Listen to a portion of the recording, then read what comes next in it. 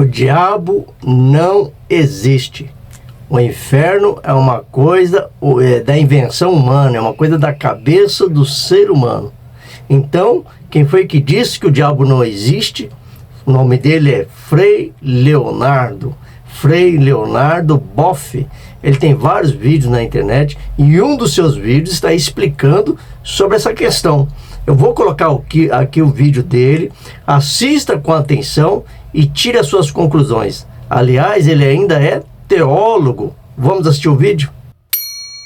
Não pregue mais o evangelho com medo, como sempre se pregou.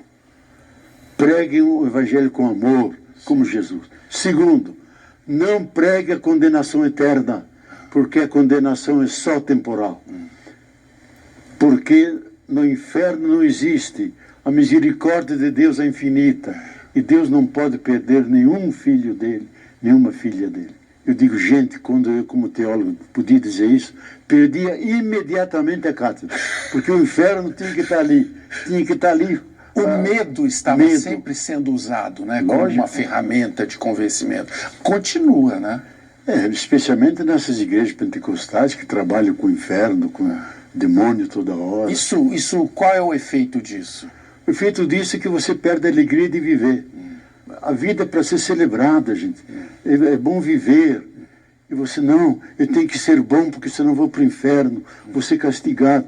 Você tem que ser bom pela bondade das coisas. Eu até escrevi um artigo longo, porque estavam satanizando Lula, a história, a biografia de Satanás. E publiquei, está em vários artigos, foi traduzido tudo quanto é livro.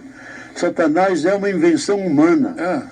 Na Bíblia ele era um anjo bom, que estava lá no céu, mas teve uma tarefa muito chata. Ele devia tentar Jó e as pessoas boas, para ver se eram boas mesmo. Então ele criava dificuldade em Jó e tudo, mas Jó perdeu a família, perdeu os filhos, perdeu o gado, perdeu tudo, mas não perdeu a fé. Então, o diabo voltou para o céu. Mas quando eles foram para o exílio babilônico, que ficaram 60 anos lá, encontraram o maniqueísmo, dois princípios, bem e mal. E eles tinham anjos e demônios, que Israel não conhecia anjos e demônios. Eles assumiram. Como Deus era muito transcendente, nem podiam usar o nome dele, só a sigla, viram o anjo como intermediário. Então, Gabriel, o El é Deus, aquele que traz a mensagem. Rafael, El é Deus, aquele que cura. Então, os anjos entraram como os mediadores. E apareceu o diabo. O que vão fazer com o diabo? Criaram o inferno para botar o diabo. O inferno, lá em Jerusalém, era o grande lixão da cidade. Onde sempre fumegava, podia chover quando quisesse. Fogo. Então botaram o diabo lá. O diabo nasceu da cultura humana. O diabo não existe. É fake news. É uma fake news. O diabo é fake news. Porque se fosse verdadeiro, aqui é teologia pura. Porque o ato criador, se Deus não diz, Marcelo, exista, você voltaria ao nada. Deus tem que dizer, cada momento tem que criar você. Deus não ia criar um que ele jogou no inferno, criá-lo a cada momento, porque a natureza dele é amor, é bondade, é misericórdia. Jamais faria isso. Então eu digo, olha, é uma produção cultural, nós devemos liquidar com isso, liberar a vida. A vida tem que ser celebrada, tem que ser vivida em convivência com os outros. E esses que satanizam, eles se transformam em Satanás para os outros, porque tornam mais difícil a vida. O diabo, ele é uma fake news ou ele é uma realidade? Deixa aqui nos nossos comentários. Seja muito bem-vindo, você está no canal Tutorial IBD, que é um canal de bênção para você e para a sua escola bíblica dominical. Hoje estamos aqui para fazer o comentário da lição de número 6. Vamos falar sobre o inimigo. Você sabe quem é o inimigo das nossas almas? Você acredita que ele existe? Vamos trazer aqui todas as características, como bem os nomes do nosso inimigo, quais são os seus nomes, quem é ele. Vamos trazer tudo aqui, olha, na capa da lição de número 6, tá? Cujo tema é as nossas armas espirituais. Inclusive no texto áureo está dizendo assim, olha: Porque as armas da nossa milícia não são carnais, mas sim poderosas em Deus para destruição das fortalezas. Está lá em 2 Coríntios, capítulo 10, versículo 4. Fique ligadinho aí no nosso canal. Faça aí seus comentários. Aliás, se você não está participando do sorteio da caneca, coloca aí, olha, eu quero esta caneca. Olha que caneca bonita do nosso canal Tutorial IBD. Olha aí, que bacana, hein? Para você tomar uma água, tomar um suco. Que delícia. Você vai tomar um suco, uma água, você pode aí homenagear, né? Dar um presente aí para sua mãe, para o seu pai, para o seu pastor, algum membro aí da tua igreja, ou para você mesmo, deixar no seu escritório. Então coloca aqui, eu quero essa caneca. O sorteio dessa caneca será realizado no final deste trimestre, tá bom? Então participe aí do sorteio da nossa caneca. O que eu vou trazer aqui para você, primeira parte da lição, vamos colocar aqui no nosso quadro, tá? Conhecendo o inimigo. Quem é ele?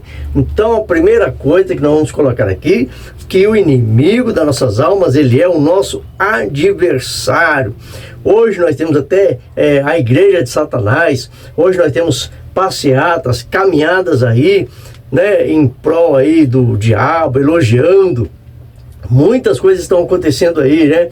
Vários seguidores aí de Satanás, e as pessoas vão lá, se apresentam com chifre, com aquelas roupas, né? Umas roupas muito loucas aí, e eles acreditam que o diabo aí se manifesta daquela forma, né? Mas o diabo, ele não tem chifre, ele não tem corpo, ele precisa de um corpo para ele se manifestar, para ele aparecer, pois o diabo, ele é um ser espiritual.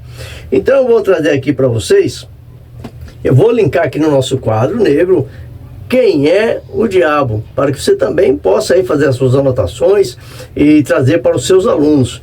Se você ainda não é inscrito no nosso canal, se aproveite, se inscreva aqui no nosso canal, deixe comentário, deixe aquele joinha, e se você compartilhar esse vídeo, vai nos ajudar muito ainda, vai nos ajudar muito mais no crescimento do nosso canal. Vamos lá então, linkar aqui, quem é o nosso inimigo. Então eu vou colocar aqui no nosso quadro, conhecendo o nosso inimigo. Então vou colocar aqui, olha, conhecendo, tá certo? Vou até abreviar assim, pessoal. Conhecendo o nosso inimigo, tá? Quem é o nosso inimigo, tá? Então vou colocar aqui, pessoal, uma bolinha.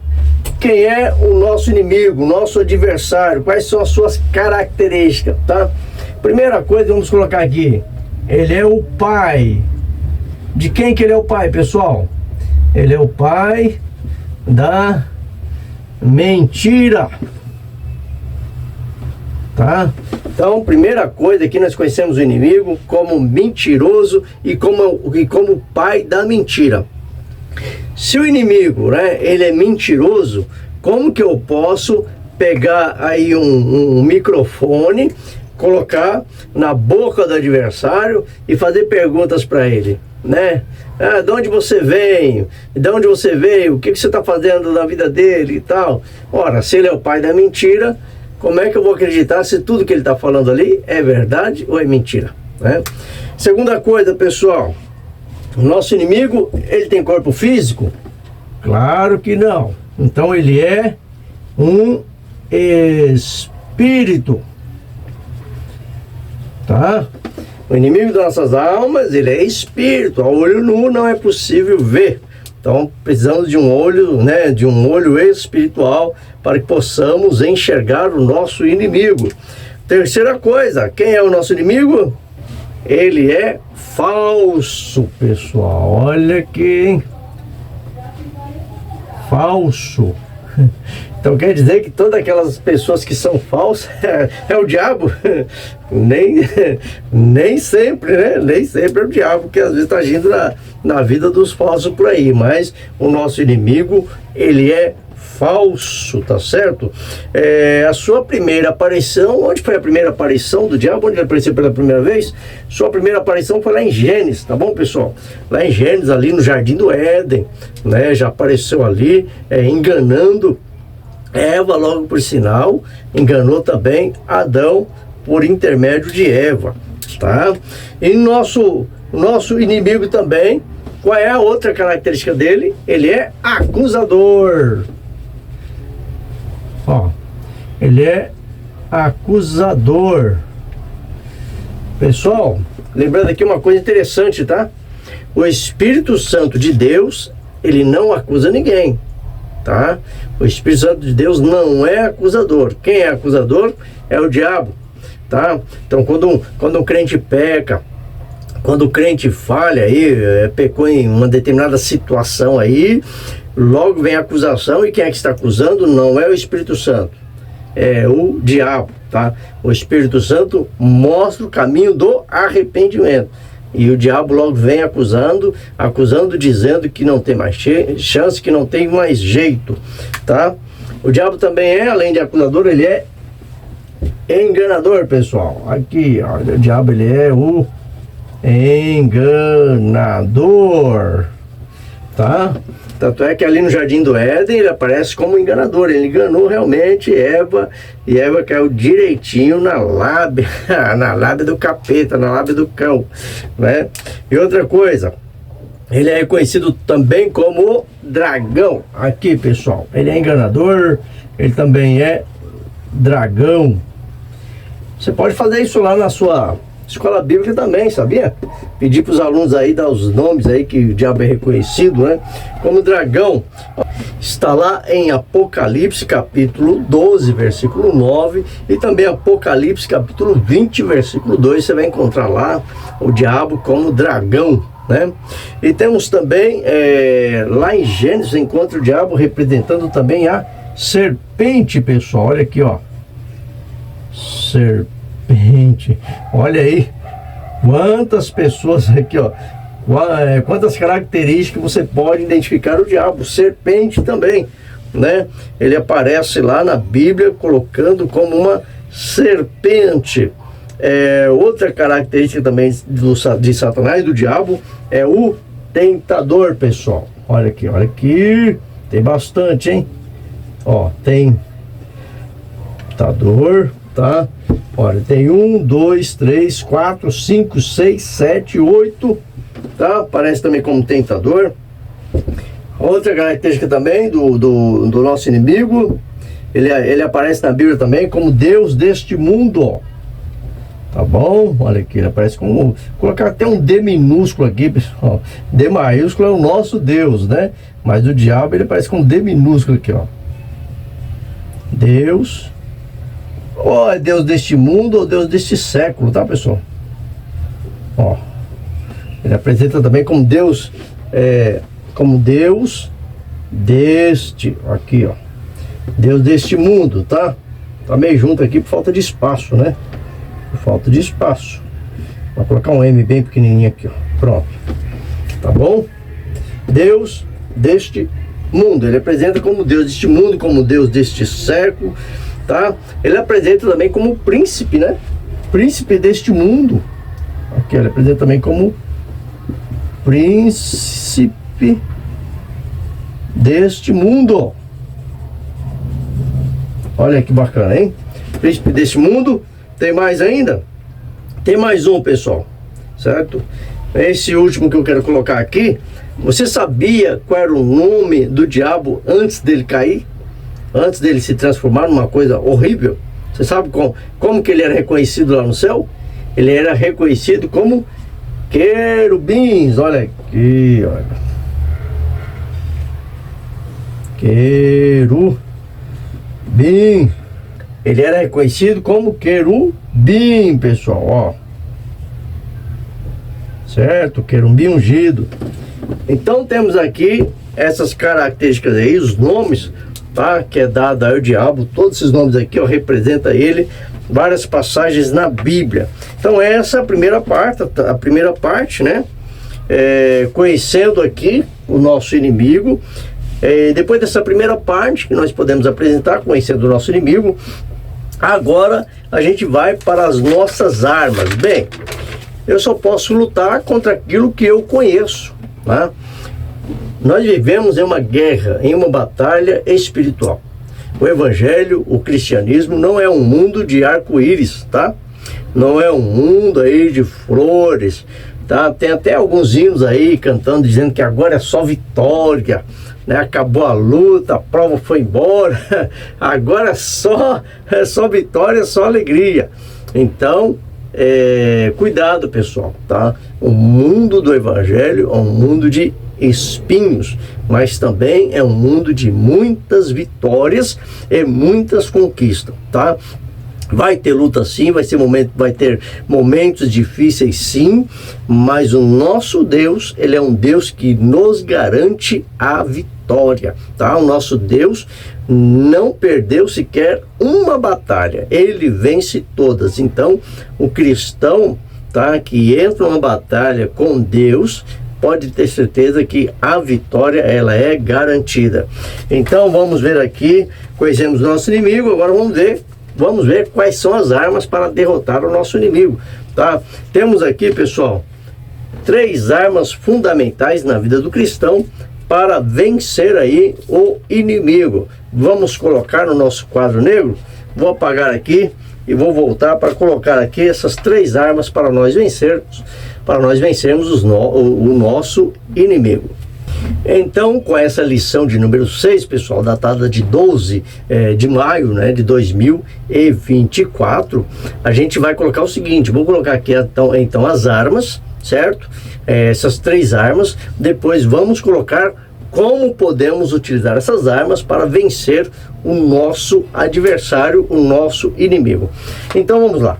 A primeira arma, pessoal, que nós vamos colocar aqui é a palavra. Isso. Pergunte para os seus alunos aí se eles sabem quais são as armas.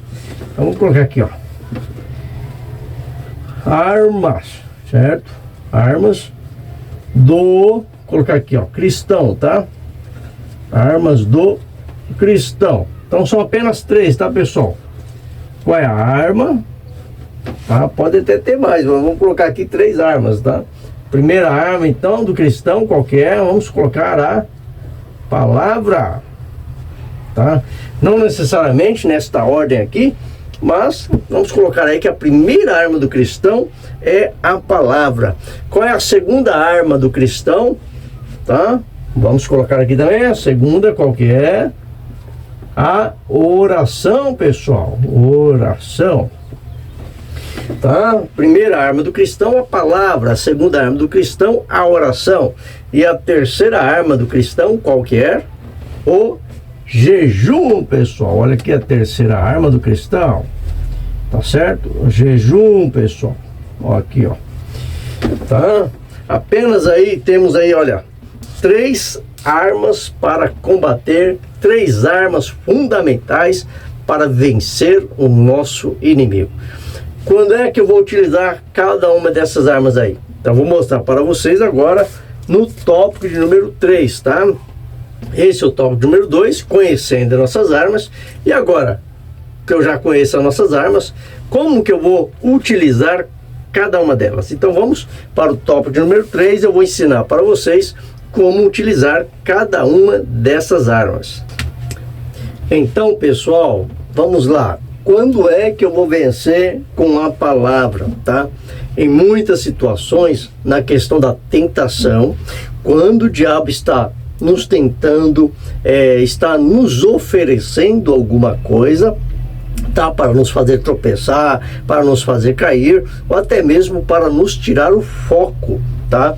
Vemos então que Jesus utilizou a palavra para vencer o diabo. Então, muitas questões da vida do cristão, ele só vai vencer se ele for na palavra. Então, a Bíblia diz que a palavra de Deus para nós, ela é como espada de 2 gumes, ou espada de 2 pontas, né? Ela é capaz de fazer divisão entre a alma e o espírito. Então, lâmpada para os meus pés é a tua palavra, luz para os meus caminhos, tá? Então, vamos utilizar a palavra.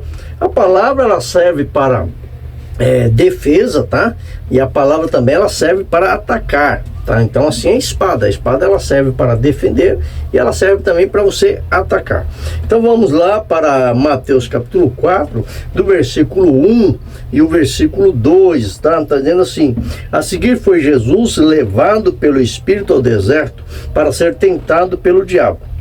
E depois de jejuar 40 dias e 40 noites, teve fome. Então veja bem aí, né? Então o diabo, sabendo ali que Jesus na sua forma humana estava fraco, estava debilitado, o diabo logo foi lhe oferecendo aquilo que Jesus estava desejando, né? Que era comer. Então olha o que aconteceu aqui. Pelo fato que o Espírito que levou Jesus para o deserto mostra que Deus pretendia que Jesus fosse totalmente humano e sofresse a tentação.